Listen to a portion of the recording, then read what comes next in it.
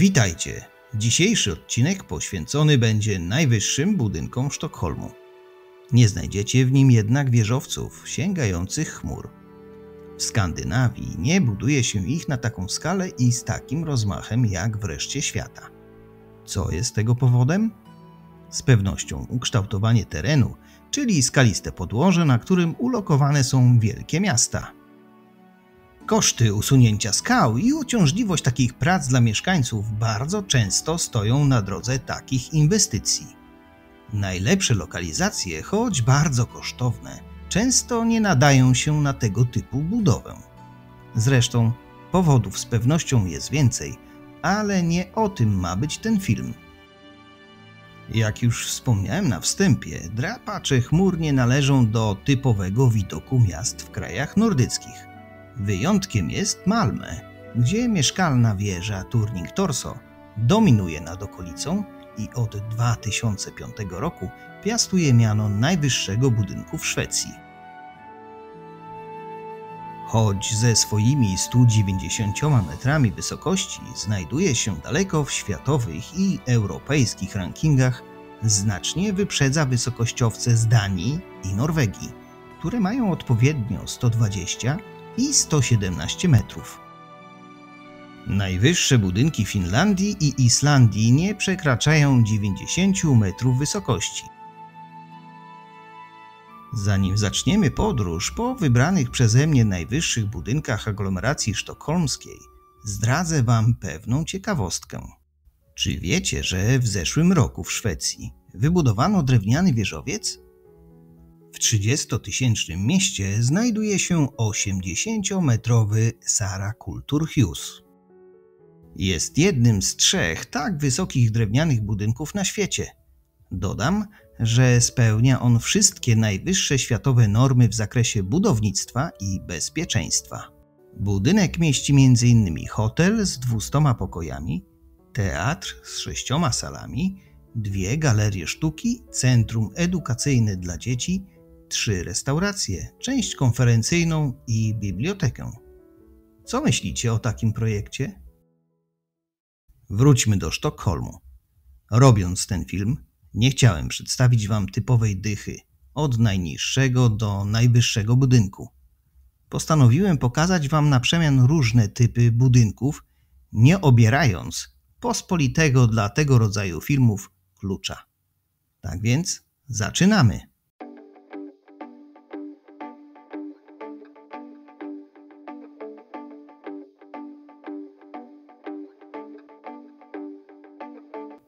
Stockholm 01 to wieżowiec biurowy w pobliżu Gullmarsplan w południowym Sztokholmie. Budynek ma 27 pięter i 102 metry wysokości. Po 3 latach budowy został ukończony w 2020 roku. Cały projekt składa się z 7 budynków o łącznej powierzchni biurowej 100 tysięcy m2, z czego 35 tysięcy przypada na Sztokholm 1, który kosztował około 1,3 miliarda koron szwedzkich.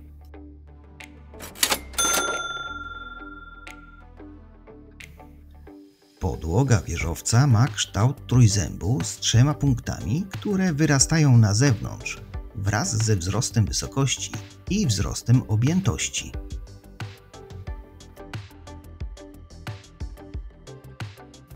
Niezwykła geometria budynku wynika z wielu lokalnych warunków, np. ograniczonej działki, która może być w ten sposób maksymalnie wykorzystana.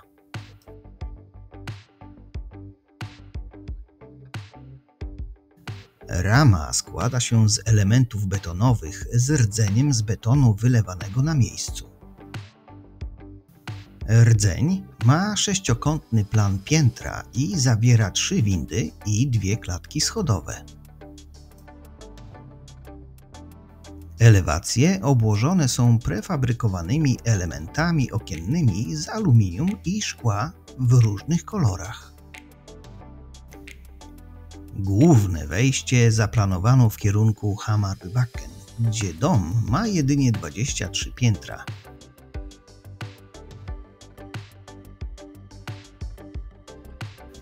Na górze znajduje się restauracja i podniebny bar. Obok domu zostanie wybudowane wejście do metra.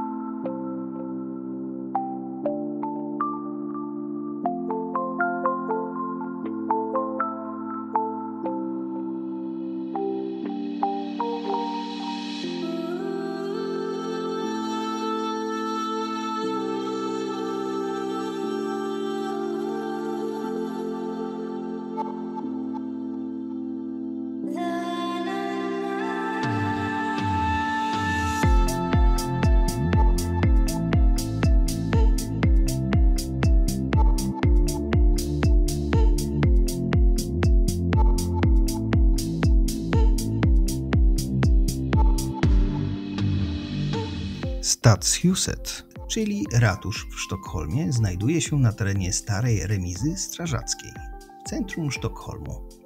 Budowa budynku trwała aż 15 lat, by oddać go w noc świętojańską 23 czerwca 1923 roku.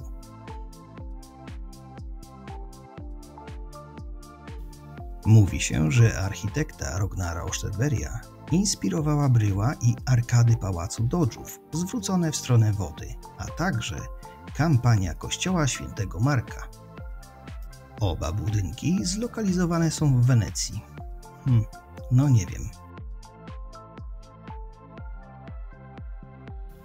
Do ukończenia dzieła architekta zużyto ponad 1 000 000 cegieł wykonanych ręcznie oraz prawie 7 milionów cegieł wykonanych maszynowo. Budynek ratusza został nazwany ostatnią prawdziwą chatą budowlaną w Szwecji i jest uważany za jeden z najważniejszych budynków w kraju w narodowym stylu romantycznym. Ze swoją wieżą o wysokości 106 metrów jest również słynnym punktem orientacyjnym w Sztokholmie.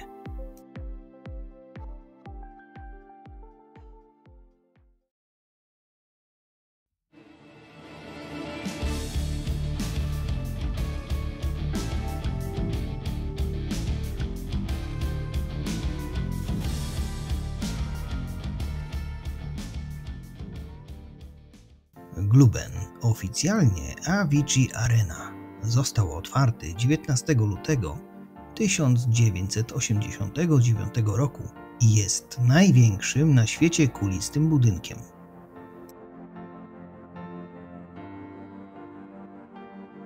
Od 2010 roku na szczyt Globen, 85 metrów nad ziemią, prowadzi kolejka gondolowa z 2 okrągłymi gondolami o nazwie Skyview.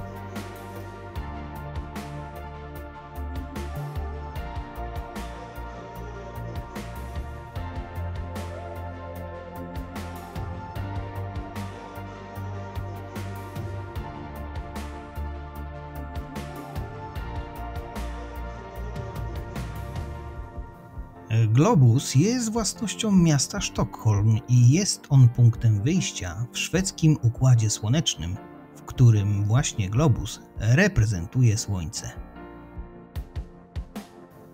Globen składa się z kilku budynków. Największym jest sam budynek areny, powszechnie znany jako Glube. Ma średnicę zewnętrzną 110 metrów i 40 cm oraz wysokość 85 metrów i 20 cm. Konstrukcja składa się głównie z betonu, stali, aluminium, blachy i szkła. Kopuła podtrzymywana jest przez 48 zakrzywionych stalowych słupów, które sięgają do połowy wysokości budynku, tak zwanego równika, powyżej których powłoka nośna składa się z aluminiowej kratownicy przestrzennej, która została dostarczona i zmontowana przez niemiecką firmę Mero GmbH. Uszczelnienie pomiędzy kasetami składa się z profili gumowych, które są zabezpieczone listwą aluminiową. Pierwsze prace rozpoczęto we wrześniu 1986 roku, by po niecałych 3 latach oddać arenę w ręce miasta. Koszt budowy wynosił wtedy około 800 milionów koron. Aha, jeszcze jedna informacja. Podczas meczu hokejowego wewnątrz areny jest miejsce dla 13 850 osób, zaś podczas koncertu lub przedstawienia 16 000 osób.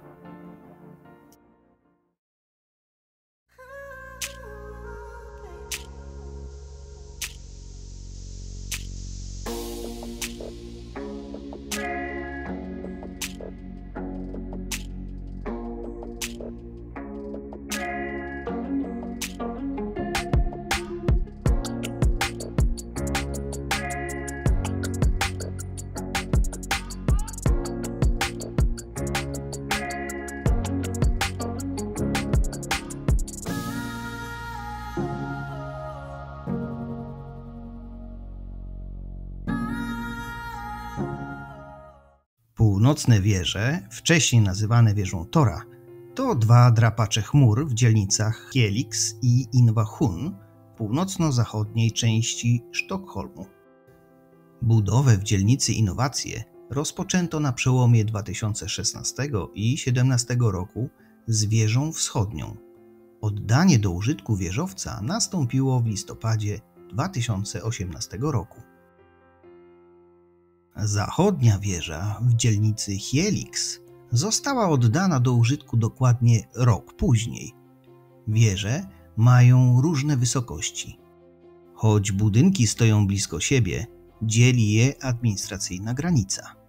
W domu wschodnim w dzielnicy Innowacje zdobyto pozwolenie na budowę na 35 kondygnacji, co odpowiada 120 metrom. Zachodni dom w dzielnicy Helix uzyskał zgodę na budowę 30 pięter, co odpowiada 104 metrom.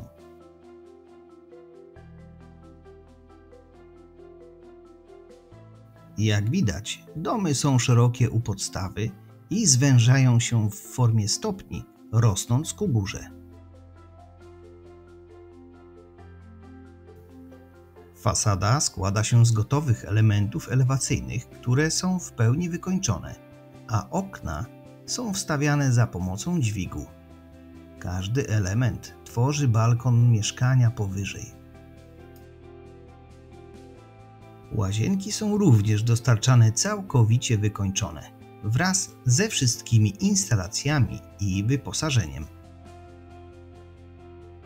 Wielkość mieszkań waha się od najmniejszego 44 m2 do największego penthouse'u na 2 kondygnacjach o powierzchni 271 m2. W większości są tu mieszkania 3- lub 4-pokojowe o powierzchni od około 80 do 120 m2.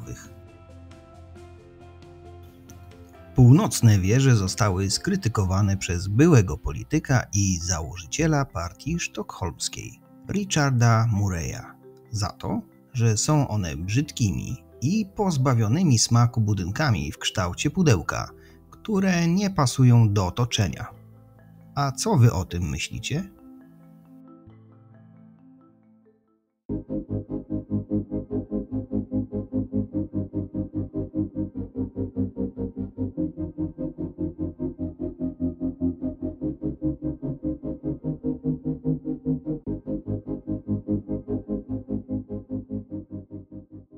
To ostatnia budowla w tej części najwyższych budynków Sztokholmu.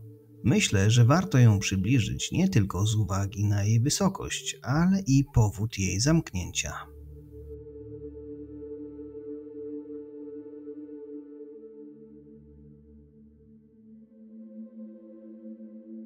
Wieża została otwarta 12 maja 1967 roku.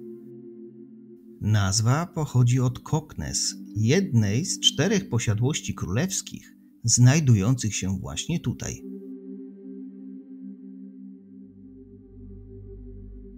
Wieża ma wysokość 155 metrów albo 170 metrów łącznie z masztem oraz 34 kondygnacje.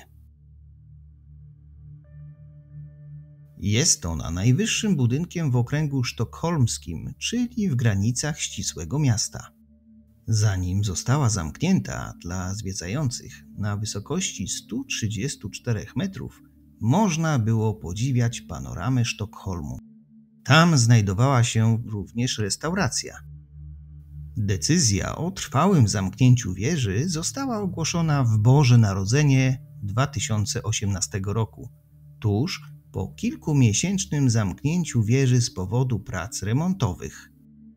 Głównym powodem, dla którego wieża została zamknięta na czas nieokreślony, jest zwiększone zagrożenie dla polityki bezpieczeństwa Szwecji.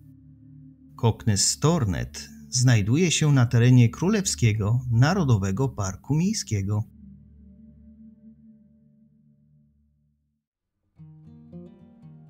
Jeśli pogoda dopisze, drugą część zobaczycie już za 2 tygodnie.